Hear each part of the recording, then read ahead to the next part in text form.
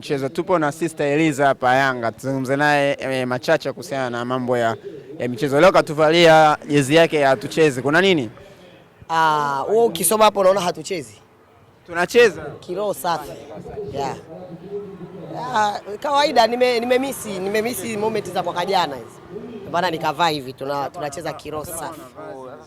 Sasa hivi tunakumbushia hizi kwamba wakileta ujinga kama wa msimu jana, hii utaiona sana. Hii moment imekuaje ukaikumbuka? Hii moment bwana, baada ya kumsikiliza Wallace Karia mambo alizokuwa anasema hapo jana. Ndio Wallace Karia. Nimefuatilia nikakuta kuna mazungumzo, kuna mahojiano alikuwa anafanya.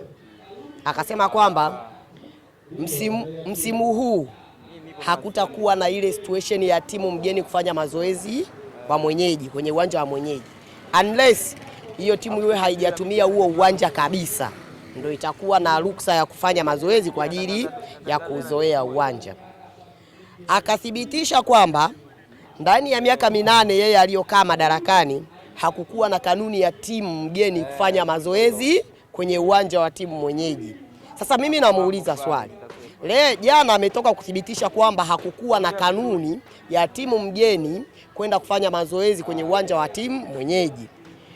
Kwa nini walishindwa kumwadhibu Simba kwa kushindwa kuleta timu akisingizia kwamba alizuiliwa kufanya mazoezi na timu mwenyeji kwa mujibu wa kanuni, ili hali jana Wallace Karia amethibitisha kwamba hakukuwa na hiyo kanuni ya timu mgeni kwenda kufanya mazoezi kwenye uwanja wa timu mwenyeji. Kwa hiyo hilo ni swali linaelekea kwa Wallace Karia na kabineti yake yote, kwa sababu yeye jana ametoka kututhibitishia kwamba hakukuwa na kanuni inayomruhusu timu mgeni kwenda kufanya mazoezi kwenye timu mwenyeji. Ndio maana sasa hilo swali linalielekeza kwake. Je, tukisema kwamba anaongoza ligi kihuni, au tukisema kwamba yeye na kabineti yake yote wanaongoza ligi kwa kufuata matakwa ya Simba, tutakuwa tunakosea?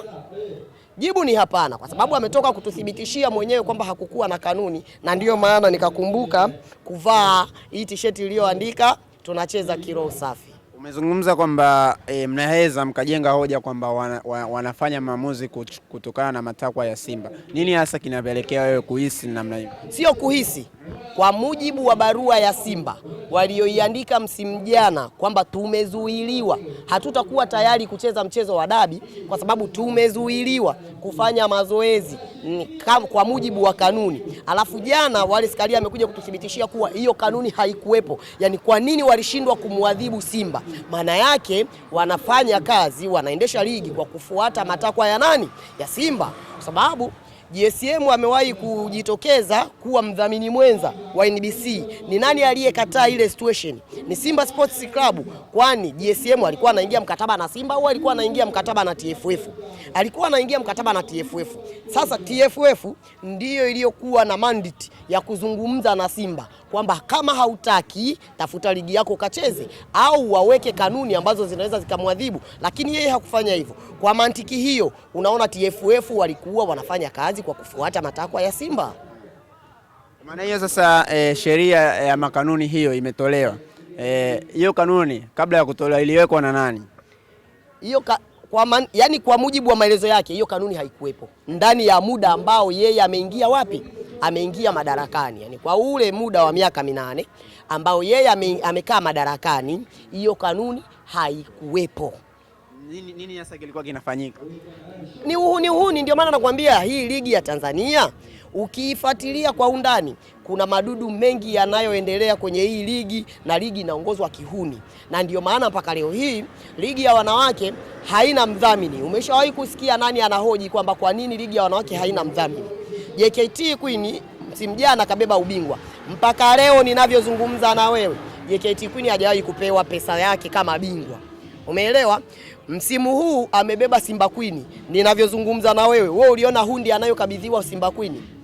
Haikuonekana.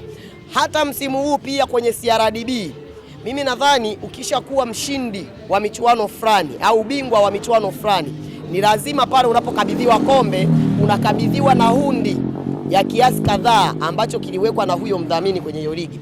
Umeona Simba wakubwa wakikabidhiwa hundi ya CRDB? Uliona Simba Queen akikabidhiwa hundi ya michuano ya ligi ya wanawake?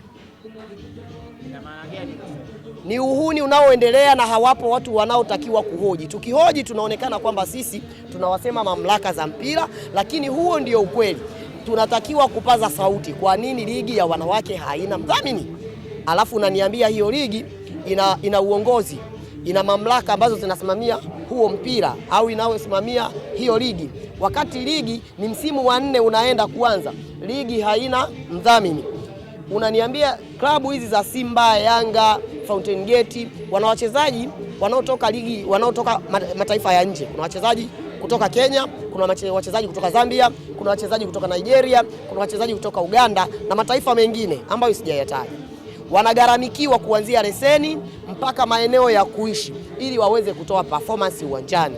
Lakini leo hii ligi haina wanawake, haina mdhamini. Je, wale wachezaji wa kimataifa wao wanainufaisha vipi timu ambayo imewasajili kama hakuna mdhamini?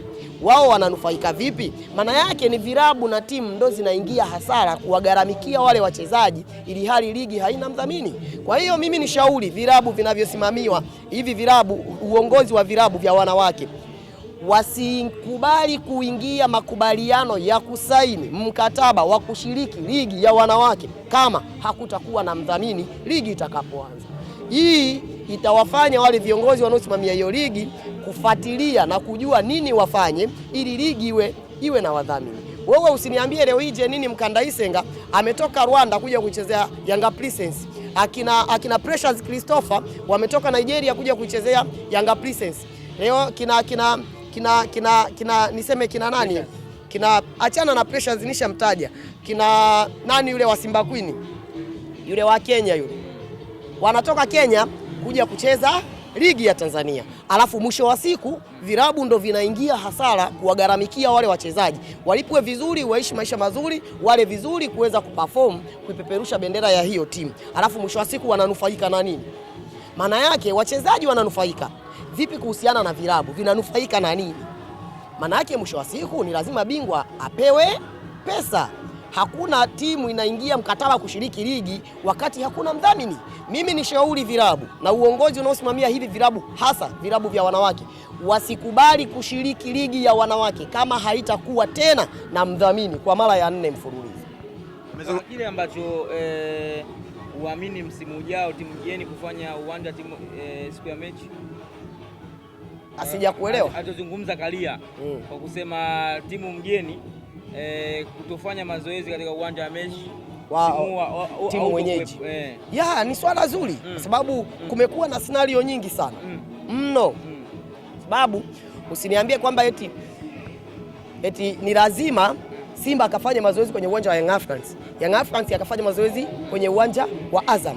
Hizo scenario Ulaya hazipo. Huwezi kukuta eti Manchester City ameenda kufanya mazoezi kwenye uwanja wa Manchester United. Umeelewa? Wakati kila siku wanakutana, huo uwanja umebadilika nini? Huo uwanja unakuwa na vitu gani ambavyo kipindi wanakutana nao havikuwepo, alafu kipindi wanaenda kukutana naye mara ya pili vinakuwa vipo kwenye huo uwanja. Kwa hiyo ni scenario za kishamba sana. Mimi nilikuwa sisiafiki kabisa. Kwa hiyo eti kufanya mazoezi eti Simba ni lazima afanye mazoezi kwenye uwanja wa Young Africans. Young Africans ni lazima afanye mazoezi kwenye uwanja wa Azam. Ni scenario za kishamba sana. Huwezi kukuta ligi iliyoendelea inaandafia timu mgeni kwenda kufanya mazoezi kwenye uwanja wa timu mwenyeji. Ni scenario ambazo mimi huwa sizi appreciate kabisa. Umezungumza vizuri hapo, tuzungumzie